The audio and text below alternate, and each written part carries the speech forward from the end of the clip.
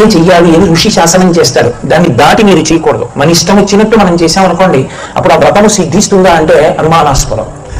వ్రతం చేసే ముందు గోమయంతో అలకలేదు. మీరు ఎక్కడ మంటపం పెడుతున్నారో అక్కడ గోమయంతో అలకకుండా వ్రతం చేశారు. ఇప్పుడు వ్రతం సిద్ధిస్తుందా అని నన్ను అడిగారు అనుకోండి, నేనేం చెప్తానంటే అనుమానమమ్మా అని చెప్తాను. ఎందుచేత భూమికి శుద్ధి ఏది? అక్కడ మీరు పరదేవతని ఆవాహన చేసి వ్రత సిద్ధి పొందాలి అంటే ఆవిడ కూర్చోవడానికి యోగ్యత ఉండాలా? ఆ యోగ్యత ఉంటే కదా ఆవిడ వచ్చి కూర్చోవడం. అలా కూర్చోవాలి అంటే ఆ భూమి శుద్ధి పొందాలి. భూమి శుద్ధి పొందాలి అంటే ఒక్కటే కారణానికి శుద్ధి పొందుతుంది, గోమయం చేత అలకాలి. ఆ గోమయం చేత అలకకుండా చేశారనుకోండి, అక్కడ వచ్చి లక్ష్మీదేవి కూర్చుంటుందా అంటే చెప్పడం కష్టం.